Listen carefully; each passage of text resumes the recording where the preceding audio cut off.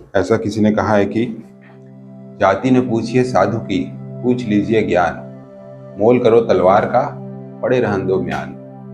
तो जिस तरीके से तलवार इंपॉर्टेंट है, म्यान नहीं, वैसे ही ज्ञान इंपॉर्टेंट है, जाति नहीं।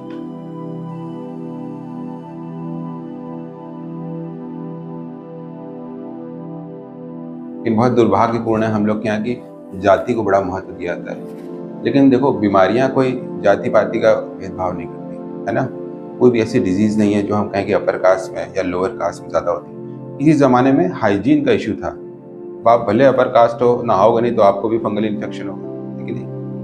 किसी जमाने में ये था कि हाइजीन के इश्यू की वजह से कुछ बीमारियां किसी सोशियो इकोनॉमिक लेवल में ज्यादा होती थी। लेकिन अब कोई भी ऐसी बीमारी नहीं है जो किसी खास जाति में ज्यादा होती है।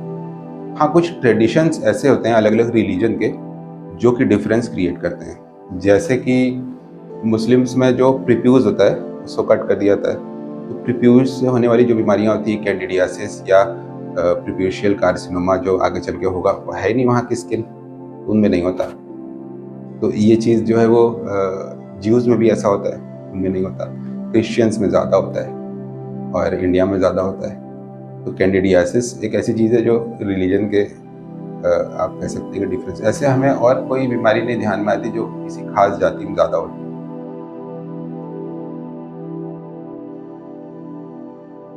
खान पान की हैबिट्स होता है। अब कुछ ऐसे पैरासाइट इन्फेक्शन है जो कि नॉनवेज से होते हैं। तो न्यूरोसिस्टिसर्कोसिस है, जो एक साइट है जो कि नॉनवेज के थ्रू ब्रेन में पहुंच जाएगा, तो वेजिटेरियंस में नहीं होगा। और तो मुझे नहीं लगता कि कोई ऐसी बीमारी है जिसमें कि जाति का फर्क होता है कोई ऐसी बीमारी। फंगल इन्फेक्शन, स्केबीज, ये सब हाइजीन से रिलेटेड ज़्यादा हैं। आप ये कह सकते हैं कि इसका संबंध गरीबी से ज़्यादा है, न कि जाति से। तो जहाँ पर हाइजीन नहीं है, जहाँ पर बहुत ज़्यादा लोग कम स्पेस में रह रहे हैं, जहाँ पर कपड़ों और बिस्तर शेयरिंग ज़्यादा हो रही है, वहाँ पर ये चीज़ ज़्यादा फैल जाती है। जैसे जैसे जीवन का स्तर उठेगा, जैसे जैसे साफ सफाई हाइजीन आएगी, जैसे जैसे फैसिलिटीज़ बढ़ेंगी, स्पेस बढ़ेगा, प्राइवेट स्पेस बढ़ेगा, वैसे वैसे कम्युनिकेबल डिजीजेस कम हो जाती है। जाति से मतलब नहीं है, गरीबी से मतलब है।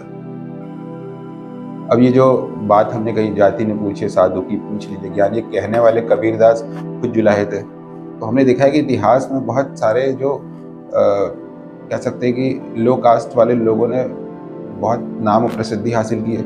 और बार बार ये हमें दिखलाया है कि इससे फर्क नहीं पड़ता कि आपकी जाति क्या है, ज्ञान से फर्क पड़ता है कि नहीं।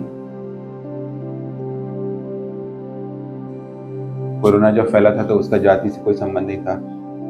बाल झड़ने का जाति से क्या संबंध है। और सफ़ेद दाग है, सोरियासिस है, तो ऑटोइम्यून डिजीज है। तो ये जो जाति प्रथा है, ये मैन मेड चीज़ है ना, और बीमारियां नेचुरल चीज़ है।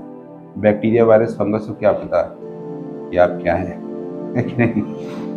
तो बीमारियों का उससे कोई संबंध नहीं। हाँ, हमारे जो रीति रिवाज हैं उससे कुछ ऐसा फर्क आ जाता है।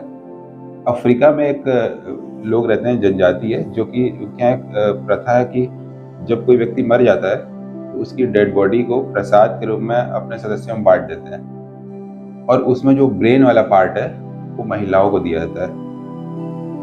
ऐसी प्रथा है उनके यहाँ। और एक खास वायरस है, उसको बोलते हैं प्रियॉन, वो ब्रेन में रहता है। और ये स्लो वायरस डिजीज बोलते हैं, मतलब कि ये 20 साल चलने वाली बीमारी होती है।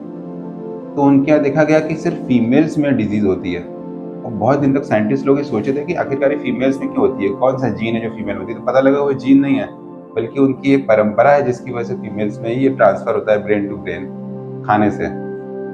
तो ऐसा भी होता है, हमारी प्रथाएं जो है वो एक डिस्पोजिशन कर देती है, हाँ इनको होगा, इनको नहीं होगा। मेल फीमेल का फर्क होता है बीमारियों में, क्योंकि फीमेल्स में 2 एक्स क्रोमोसोम है, मेल में एक वाई है। तो कुछ बीमारियां जो वाई लिंक्ड होती हैं वो मेल में ही होंगी। कुछ बीमारियां जो रिसेसिव और एक्स लिंक्ड होती हैं, वो क्योंकि 2 एक्स हैं तो उनमें होने की संभावना ज़्यादा है। कुछ लोग जो जाति सूचक शब्द लिख देते हैं गाड़ी पे, तो ऐसा कोई आदेश है कि नहीं लिखना है? कब से हो गया सर, 1 साल हो गया। ज़्यादा हो गया होगा 1 साल। ठीक बात है। आखिरकार देखो, जो भी आपकी जाति है उसमें गर्व किस बात का, इसमें आपका क्या योगदान है कि नहीं? इंसान खुद कुछ करे तो गर्व करे।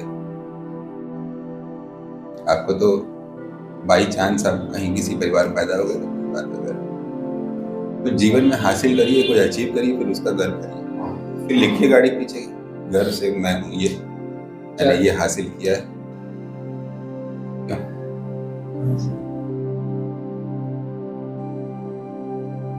यूपीएससी पास कर लीजिए, फिर अपनी गाड़ी के पीछे लिखिए कि हम मजिस्ट्रेट हैं, डीएम है ना। हाथ में कॉन्टैक्ट डर्मेटाइटिस होती है तो बहुत ध्यान से देखने पता चलता है किस वजह से हुई है, और इसमें भी मेल फीमेल का डिफरेंस दिखता है, और फीमेल्स में भी ये डिफरेंस दिखता है कि राइट में हो रही है कि लेफ्ट में। सपोज करिए कि आप कपड़े धोते हैं तो आप किस हाथ का ज़्यादा यूज़ करते हैं? दाहिने वाले का, तो इसमें ज़्यादा एलर्जी दिखेगी। और अगर आप सब्जी काट रहे होते हैं तो सब्जी तो इस हाथ में पकड़ते हैं और इसमें चाकू रहता है, तो उसका रस किस में ज़्यादा लगेगा? इस हाथ में। तो अगर किचन वाली एलर्जी होती है तो वो लेफ्ट में ज़्यादा दिखती है, और अगर बाथरूम वाली और साबुन वाली एलर्जी होती है तो वो इस हाथ में ज़्यादा दिखती है। मेल्स में अलग प्रॉब्लम होती है, जो भी आपका काम है उससे रिलेटेड कोई चीज़ आपके हाथ में लग रही हो, केमिस्ट्री लैब में आप काम करते हो या फिर ऑटोमोबाइल का कोई काम हो, तो हाथ में कुछ मोबिल, कुछ ऑयल, ऐसी चीज़ें लग रही होती हैं, या फिर कुछ अलग टाइप के केमिकल से रिलेटेड बिजनेस हो तो उनको अलग एलर्जी होती है। तो जब भी कुछ चीज़ हाथ में लगे और उसकी वजह से एलर्जी हो रही है, इसको हम बोलते हैं कॉन्टैक्ट डर्मेटाइटिस। तो ये हाथ में नहीं, बॉडी के किसी भी एरिया में हो सकता है। और आज एक केस दिखाएंगे ऐसे ही कॉन्टैक्ट डर्मेटाइटिस का, जिसमें कि हाथ की कंडीशन बहुत ख़राब थी। मोबाइल में जो पिक्चर है वो है पहले का, और जो अभी का हाथ हम देख रहे हैं वो पूरी तरह से क्लीन हो गया। पर क्योंकि अंदर एलर्जी की टेंडेंसी है तो कुछ दिन इसमें मेडिसिन से भी और करते रहना होगा। हाँ सर, बैठे हैं 1 बजे तक। कल भी सेम टाइमिंग है, 9 बजे से 1 बजे तक।